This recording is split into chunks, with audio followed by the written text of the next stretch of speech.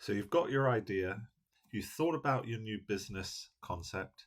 What are the first steps you need to take to bring your product to life?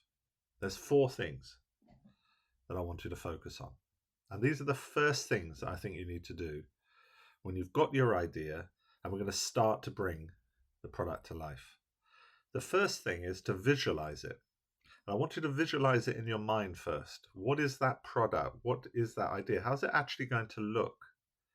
And I want you to have some sort of clarity in your mind. If it's a physical product, what's it going to look? How big is it? What's the shape of it? If it's a restaurant or a new service concept, how does it work? How's it going to look? How people are going to experience it? And I want you to manifest that visual in your mind and be really clear about your sort of brand identity, your sort of user experience, and how the product's actually going to look.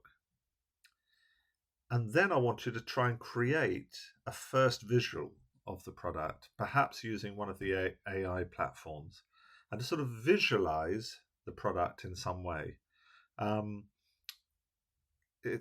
In some ways, I want you to sort of create a sort of anchor image in your mind of the sort of brand look and feel. So you can start to get excited about the look of your product, how it's going to physically look, and the sort of brand DNA of the product.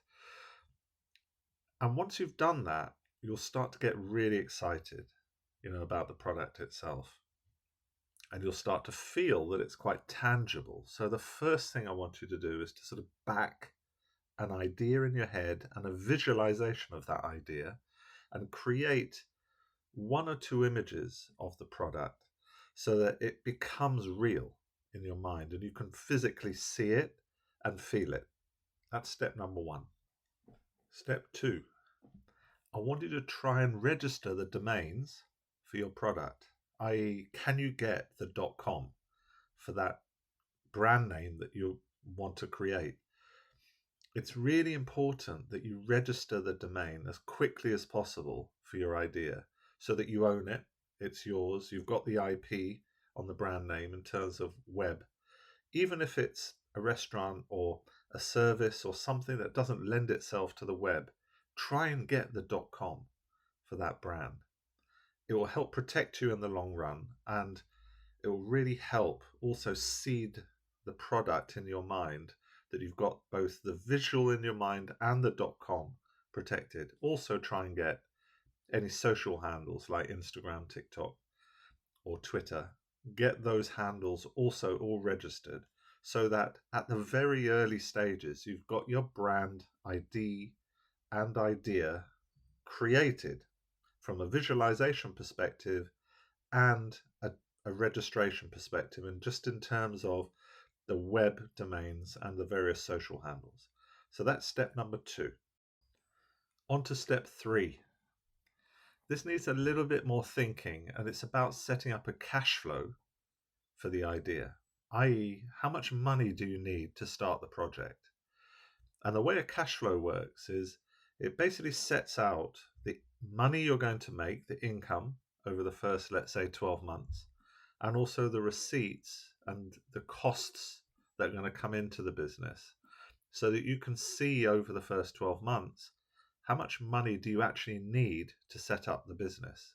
You might think you only need £50,000 or whatever the number is to start your project, but actually you find that the costs build faster than you expected, and you might actually need more than 50,000, 100,000, 150,000 over the first 12 months. And it kind of stops the surprises later of thinking that your starting costs are enough to start your brand. Reality of starting a business is initially the income, how much money you make, is going to be quite small for at least 6 months, maybe 12 months.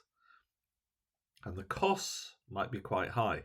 So doing a cash flow right at the start shows you, are you making money in the first year? How much money are you going to need to start your business? And it gives you a real sense of, before you start, is this project going to cost a lot more than I expected?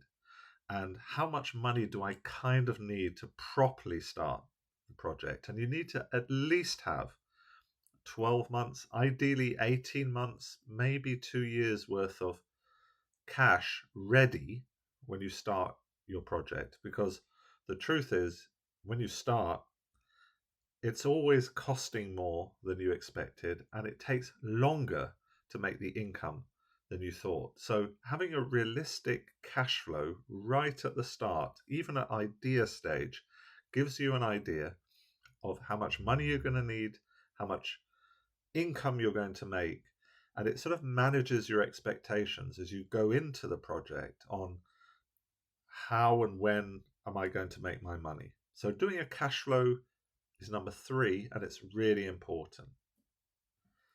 And the final step, point number 4, is I want you to commit, to be clear. Can you actually do this? What does it mean in terms of time? Are you ready to sacrifice the time and effort that it takes to start business? Committing means in your head being 100% in to make this a success. You can't be part-time in on starting a business.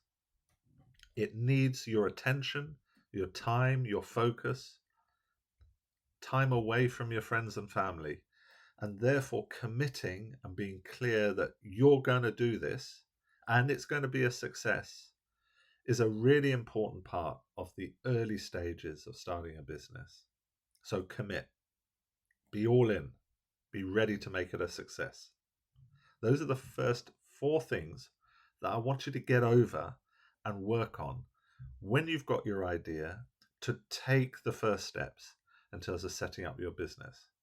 There are obviously other things, setting up the company, buying all the materials, but this is before you do all of that, getting yourself ready, thinking, is this a viable business?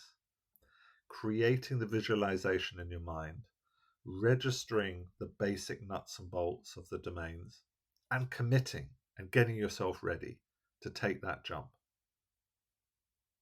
Thanks for your time.